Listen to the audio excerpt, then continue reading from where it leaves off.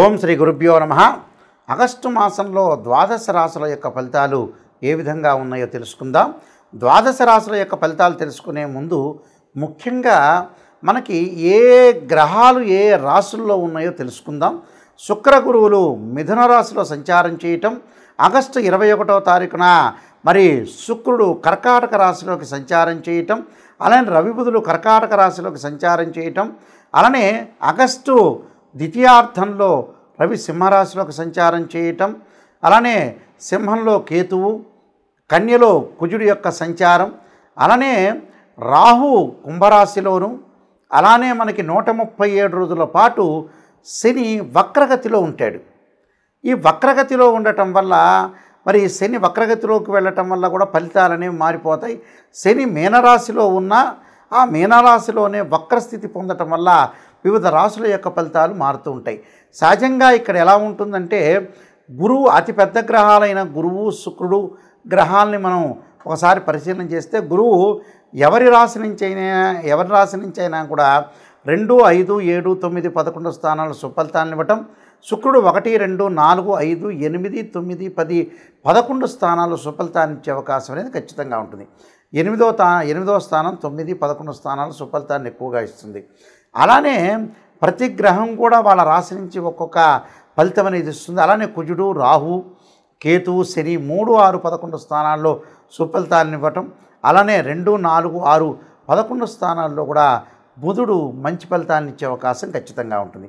ఈ ఫలితాలన్నీ కూడా గోచారీత్యా చెప్పబడ్డాయి కాబట్టి ఈ ఫలితాలన్నీ కూడా మనం చక్కగా చూసుకుని ముందుకెళ్ళినట్లయితే ఏ విధంగా ఉండబోతుంది, ఆగస్టు నెలలో ద్వాదశ రాశుల యొక్క ఫలితాలు ఏ విధంగా ఉంటుంది, ఎలాంటి పరిహారాలు చేసుకోవాలి, ఎలాంటి పరిహారాలు చేసుకోవటం వల్ల అద్భుతమైన రిజల్ట్స్ వస్తాయి అనేది మనం ఒకసారి తెలుసుకుందాం.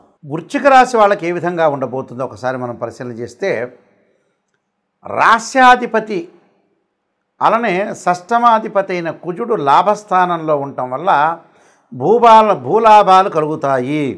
వ్యవసాయ పరంగా లాభం కలుగుతుంది. పంట వేసిన రైతులందరికీ కూడా లాభం కలిగే అవకాశం అనేది ఖచ్చితంగా ఉంటుంది. లాభంతో పాటు రియల్ ఎస్టేట్ వాళ్ళు చేస్తున్న వ్యక్తులకు కానీ, కుజుడు రియల్ ఎస్టేట్ కానీ, కన్స్ట్రక్షన్ కానీ, మెడికల్ కంపెనీ కానీ రిప్రజెంటివ్ చేసే ప్లానెట్ ఏంటంటే Mars planet. This is the transitive system అంటారు, గోచారీత్యా చెప్పబడే ఫలితాలు అంటారు. రాశ్యాధిపతి చాలా అద్భుతంగా ఉన్నాడు కాబట్టి ఇక్కడ రియల్ ఎస్టేట్ కానీ, కన్స్ట్రక్షన్ కానీ, కొనుగోలు విషయంలో కానీ, అమ్మకాల విషయంలో కానీ చాలా అనుకూలంగా ఉంటుంది. అలానే వాహనాలు కొనుగోలు చేయటం, కోర్టు సమస్యలు పరిష్కారం కావటం, రక్షణ వ్యవస్థలో ఉన్న వ్యక్తులు కానీ, పోలీస్ డిపార్ట్మెంట్ వాళ్ళు కానీ, నేవీ వాళ్ళు కానీ, మెడికల్ కంపెనీ వాళ్ళు కానీ, డాక్టర్స్ కానీ, వీళ్ళందరికీ కూడా అనుకూలంగా ఉంటుంది. వాళ్ళ యొక్క వృత్తిలో అనుకూలంగా ఉంటుంది. కాబట్టి వ్యాపార సంబంధాలు, లావాదేవీలు కూడా అనుకూలంగా ఉంటాయి. రియల్ ఎస్టేట్ కానీ, కన్స్ట్రక్షన్ చేస్తున్న వ్యక్తులందరికీ కూడా చాలా అద్భుతంగా ఉండే అవకాశం ఖచ్చితంగా ఉంటుంది. సో వీళ్ళకి రాశ్యాధిపతి చాలా అద్భుతంగా ఉన్నాడు, గోచారీత్యా బలంగా ఉన్నాడు. అలానే మిగతా గ్రహాల యొక్క కలయికని మనం చూసినట్లయితే మిగతావి కొద్దిగా మధ్య రకమైన మిశ్రమైన ఫలితాలు ఉంటాయి. ఎలాంటిది, శని వక్రగతి పొందాడు. శని వక్రగతి పొందినప్పుడు తల్లి యొక్క ఆరోగ్య విషయంలో కానీ, 10th క్లాసు లోపల ఉన్న ప్రాథమిక విద్య చదువుతున్న వ్యక్తులు ఎవరైతే విద్యార్థులు ఉంటారో వాళ్ళు అధిక శ్రద్ధతో చదువుకోవటం అనేది చాలా మంచిది. అధిక శ్రద్ధతోటి అంటే ఎలాంటి ప్రాబ్లమ్స్ లేకుండా, ఎలాంటి అభిప్రాయ భేదాలు లేకుండా కొద్దిగా జాగ్రత్తగా ఉండటం మంచిది. వీళ్ళు తప్పకుండా విద్యార్థులు దక్షిణామూర్తి స్తోత్ర పాలన చేయడం చాలా మంచిది. ఎందుకంటే అష్టమంలో గురువు ఉన్నాడు. అష్టమంలో గురువు ఉండటం వల్ల డబ్బు అనేది ఇన్కమింగ్ అవుట్ గోయింగ్ అంటారు. డబ్బు వీళ్ళకి వస్తుంది ఈ రాశి వాళ్ళకి, కానీ ఖర్చులు కూడా బాగా పెరుగుతాయి. ఆ ఖర్చుల్లో ఏ ఖర్చులు నిజమైన ఖర్చులు, చాలామంది కూడా అంటారు డబ్బులు గురువుగారు, నాయకంటి గారు మాకు డబ్బు ఎక్కడ ఖర్చు అవుతుందో, ఎక్కడ ఖర్చు అయిపోయిందో మాకు తెలియదని అంటారు. అది కాదు, డబ్బు ఖర్చు కావటం అనేది మన చేతుల్లో ఉంది. మనకు తెలిసే ఖర్చు అవుతుంటుంది. మనం దేనికి ఖర్చు పెట్టాలో తెలియక ఖర్చు అవుతుంది. అంటే అష్టమంలో గురువు ఉండటం వల్ల విద్యార్థులు ఆర్థిక స్థితిగతులు చాలా జాగ్రత్తగా ఉండాలి. ఉద్యోగ ప్రయత్నాలు చేసే వాళ్ళకి కొంత ఆలస్యం కావటం, ఉద్యోగులందరికీ కూడా ప్రతి విషయాన్ని కూడా మనం బహిరంగంగా చెప్పాల్సిన అవసరం లేదు. కాబట్టి గురువు కొంత రెమెడీస్ అనేవి చేసుకోవటం మంచిది. అలానే అష్టమ స్థానంలో శుక్రుడు యొక్క సంచారం. శుక్రుడు మంచివాడే. శుక్రుడు 8వ స్థానంలో గోచారీత్యా చాలా మంచివాడు. వివాహ ప్రయత్నాలు, వాహనాలు కొనుగోలు చేస్తారు, లగ్జరీగా అనుభవించే అవకాశాలు ఉంటాయి. అలానే అనుకూలంగా ఉంటుంది. దాంపత్యం కూడా అనుకూలంగా ఉంటుంది. అలానే భార్యాభర్తల మధ్యలో కూడా గతంలో ఏదైతే డిస్ప్యూట్స్ ఉన్నాయో అవన్నీ కూడా తొలగిపోయి అనుకూలమైన ఫలితాలు జరిగే అవకాశాలు ఎక్కువ ఉంటాయి. కాబట్టి శుక్రగ్రహం అనేది మంచిది. ఎందుకంటే శుక్రగ్రహం మంచిది, ఇక్కడ షష్ఠమాధిపతి శుక్రుడయ్యాడు, వ్యయాధిపతి కూడా అయ్యాడు. కాబట్టి చాలా మంచి ఫలితాలు జరిగే అవకాశాలు ఎక్కువ ఉంటాయి. శత్రువులు కూడా కొంత మిత్రులుగా మారిపోయే అవకాశాలు ఎక్కువ ఉంటాయి. శుక్రుడు బాగున్నాడు, కుజుడు బాగున్నాడు. తర్వాత వచ్చేటప్పటికల్లా భాగ్యంలో రవి బుధులు ఉన్నారు. అలానే భాగ్యంలో రవి అనుకూలంగా ఉంటారు, ఉద్యోగ ప్రయత్నాలు సఫలీకృతం అవుతాడు. అలానే ఇక్కడ లాభాధిపతి అలానే అష్టమాధిపతి బుధుడు భాగ్యంలో ఉండటం వల్ల నూతన వ్యాపారాలు ప్రారంభం చేయొచ్చు, వ్యాపార పరంగా ముందుకు వెళ్ళచ్చు.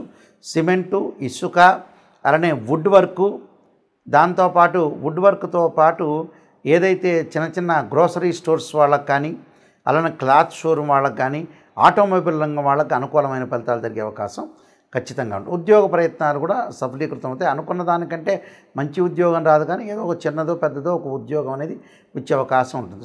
రవి బుధుడు మిశ్రమ ఫలితాల్లో ఉన్నారని దాని అర్థం. దాని తర్వాత దశమంలో కేతు, తీర్థయాత్రలు పుణ్యక్షేత్రాలు తిరిగే అవకాశాలు ఎక్కువగా ఉంటాయి.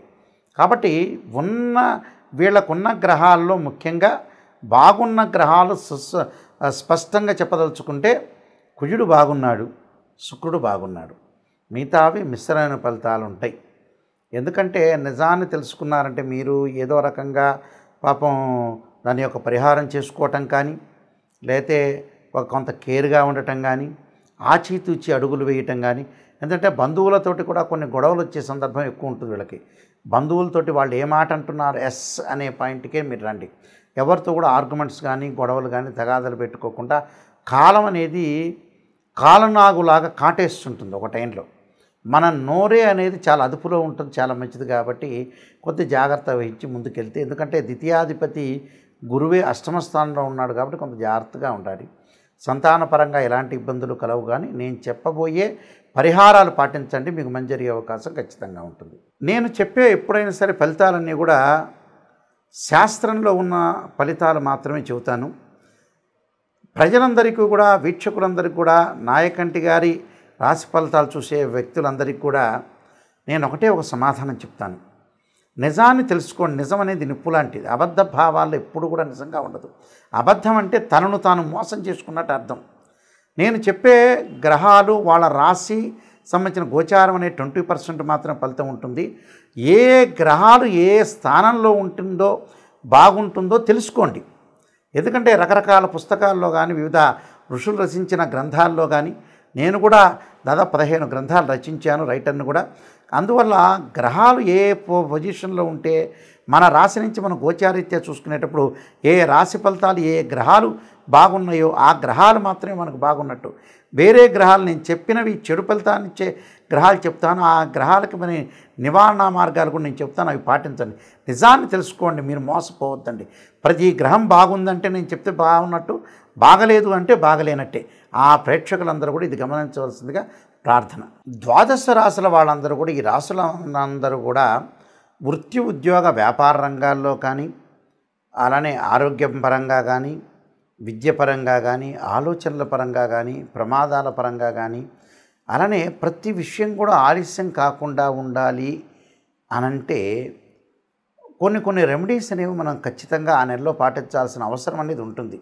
తప్పులేదు. రెమెడీస్ అనేవి ఎక్కడైతే లోపం ఉంటుందో ఆ లోపాన్ని మనం సవరణ చేసుకొని ముందుకు వెళితే మనకు మంచి జరిగే అవకాశాలు ఉంటాయి. నేను చెప్పినవన్నీ కూడా ఇవన్నీ కూడా గోచారరీత్యా చెప్పబడే ఫలితాలు అంటారు. ఎప్పుడు కూడా గోచారం అనేది బర్త్ చార్ట్తో సమానం కాదు. గోచార ఫలితాలు కూడా 20% మాత్రమే సపోర్ట్ ఉంటాయి. ఎందుకంటే మనం ఎంత కృషి చేస్తున్నా ఆవగింజంత అదృష్టం అనేది ఒకటి ఉండాలంటారు. అంటే మన కృషి తగ్గట్టు ఫలితం అనేది ఉండాలి. అక్కడ భగవంతుడి యొక్క అనుగ్రహం కూడా ఉండాలంటే ప్రతి దానికి కూడా ఒక సమస్యకు పరిష్కారం అనేది ఉంటుంది. ఎంత విషయంలో కూడా మన నెగిటివ్ నిజంగా తెలుసుకోవాలి, ఆ నెగిటివ్లోంచే పాజిటివ్ రావాలి. ఎప్పుడు కూడా రాశి ఫలాలు చెప్పేటప్పుడు పాజిటివ్ ఉండాలని ఆలోచన చేయొద్దండి. నెగిటివ్ కూడా ఉంటుంది. ఆ నెగిటివ్లో ఉంటే మనం పాజిటివ్ చేసుకోవాలి. అందువల్లే శ్రీయ లోపం పెరుగుట పెద్ద విద్య, లోపం ఎరిగిన వాడే పూర్ణుడొగడు అంటాడు. అంటే పూర్ణత్వం అనేది మనం సాధించాలంటే నిజాన్ని తెలుసుకోవాలి. నిజాన్ని తెలుసుకోవాలంటే ఏమిటంటే కొన్ని ప్రత్యేకంగా రెమెడీస్ అనేవి చేసుకోవాలి. యజ్ఞయాగాది క్రతువులు, జపాలు, అలానే హోమాలు లాంటివి తప్పకుండా ఇప్పుడు కూడా చేసుకోవాలి. చేసుకుంటే చాలా మంచిది. అయితే ఈ నెలలో మీరు చేసే రెమెడీస్ అనేవి నేను ప్రత్యేకంగా చెప్తాను. ఆ రెమెడీస్ ఏ విధంగా చేయాలి అనంటే, మనకి ఈ నెలలో శ్రవణ మాసంలో నాగుల చవితి వస్తుంటుంది. ఈ నాగపంచమి రోజున అందరూ కూడా పుట్టలో పాలు పోయటం, 2 జంట సర్పాలను దానం చేయండి. ఎందుకంటే సర్పదోషం ఉన్న వాళ్ళందరూ కూడా తప్పకుండా నాగపంచమి రోజున సర్పదానం చేస్తే చాలా మంచిది. అలానే ఈ నెలలో గురుపుష్యమి యోగం అనేది ఉంది. అంటే ఉద్యోగపరంగా ఇబ్బందులు పడుతున్న వ్యక్తులు కానీ, అలానే ఏదైతే ధనపరంగా ఇబ్బందులు పడుతున్నారో, ఫైనాన్షియల్ పరంగా ప్రాబ్లమ్స్, ఉద్యోగం నిలకడ లేదా, స్థిరత్వం లేదా, ఇలాంటి వాళ్ళందరూ కూడా తప్పకుండా గురువును ఆరాధన చేయాలి. అంటే సూర్య నమస్కారాలు చేయటము, అలానే గురువుని యొక్క ఆరాధన చేయటం, శనగలు, అలానే గోధుమలు దానం చేయటం, గోధుమలు, ఎర్రని వస్త్రము, ఎర్రని పూలు దానం చేయటం, అలానే శనగలు దానం చేయటం, అలానే పసుపు వర్ణం గల జాకెట్ పీసు దానం చేయటం, అలానే సూర్య నమస్కారాలతో పాటు దేవానాంచ ఋషీనాంచ గురుకాంచన సన్నిభం బుద్ధిమతం త్రిలోకేశం తమ నమామి బృహస్పతి అనే మంత్రాన్ని చదవండి. ఎవరికైనా సరే వివాహాలు దగ్గరికి వచ్చినట్టు వచ్చి వెనక్కి వెళ్తున్నాయా, ఆ శుక్రవారం రోజున, ఈ శ్రావణ శుక్రవారం రోజున, వరలక్ష్మి వ్రతం రోజున చక్కగా లక్ష్మీదేవి యొక్క ఆరాధన చెయ్యండి. అలానే మహాదేవే చ విష్ణుపత్ని ధీమే తన్నో లక్ష్మీ ప్రచోదయాత్ అనే మంత్రాన్ని ఆ శుక్రవారం రోజున తప్పకుండా బొబ్బర్లు, అలానే ఎల్లో కలర్ పీసు, అలానే బ్రాహ్మణుడికి దానం చేయండి. దానం చేయటం, అలానే ఆ రోజున వీలైతే కన్యాపాశుపతాస్త్రం, వరపాశుపతాస్త్ర రుద్రాభిషేకం లాంటివి చేసుకోండి. ప్రమాదాలు జరుగుతున్నాయా, మరి కుజుణ్ణి శనిని ఆరాధన చేయండి. ఈ శ్రావణ శనివారం రోజున తప్పకుండా శని ప్రదక్షిణాలు చేసి నీలాంజన సమాపాతం రవిపుత్ర యమాగ్రజం ఛాయామార్తాండ సంభూతం తం నమామి శనిశ్చరం అనే మంత్రాన్ని చక్కగా చదువుకోండి. అలానే అంగారకుడి యొక్క ఆరాధన శ్రావణ మంగళవారం రోజున తప్పకుండా వాళ్ళ ఆరాధన చేయాల్సింది ఏంటంటే సుబ్రహ్మణ్య స్వామి యొక్క ఆరాధన. తత్పురుష విద్య మహాసేనాయ ధీమే తన్నో షణ్ముఖ ప్రచోదయాత్ అనే మంత్రాన్ని మంగళవారం రోజున రాహుకాలంలో దీపం పెట్టండి. మనసుకు శాంతి లేదా, మీరు శ్రావణ మాసంలో వచ్చే సోమవారం రోజున చంద్రుణ్ణి ఆరాధన చేయండి. ఎలాగా, ఇంటిలో కూర్చొని చంద్రగాయత్రి మంత్రాన్ని చదవండి. క్షీరపుత్రాయుద్ధి అమృతతత్వాయ ధీమే తన్నో చంద్ర ప్రచోదయాత్. కోర్టు సమస్యలు ఉన్నవాడు కుజుణ్ణి ఆరాధన చేయండి. అలానే ఆరోగ్యపరంగా బాగలేని వాళ్ళు శని, రవి, కుజుడిని ఆరాధన చేయటం వల్ల కూడా మనకు మంచి పనులు జరిగే అవకాశాలు ఖచ్చితంగా ఉంటాయి. అలానే ఆరోగ్యం బాగుండట్లేదు గురువు గారు, దీర్ఘకాలిక వ్యాధులు వస్తున్నాయి, నాకు బీపీ షుగర్ కంట్రోల్ లేదు అనే వ్యక్తులు శరీరే జర్జరీభూతే వ్యాధిగ్రస్తే కళేబరే ఔషధం జాహ్నవీతోయం వైద్యో నారాయణ హరి మంత్రాన్ని చదవండి. అలానే మనస్సుకు బ్రెయిన్ సంబంధించిన స్ట్రోక్స్ కానీ, పెరాలసిస్ కానీ వస్తే శిరోకంఠపాశుపతాస్త్ర రుద్రాభిషేకం అభిషేకం చేసుకోండి. అభిషేకం చేసుకోవటం వల్ల కూడా చాలా మంచి జరిగే అవకాశాలు ఉంటాయి.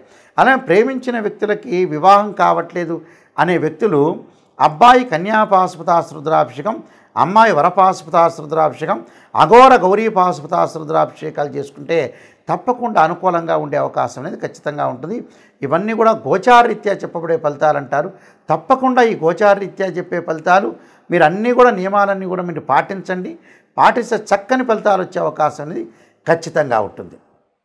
సర్వే జనా సుఖినో భవంతు.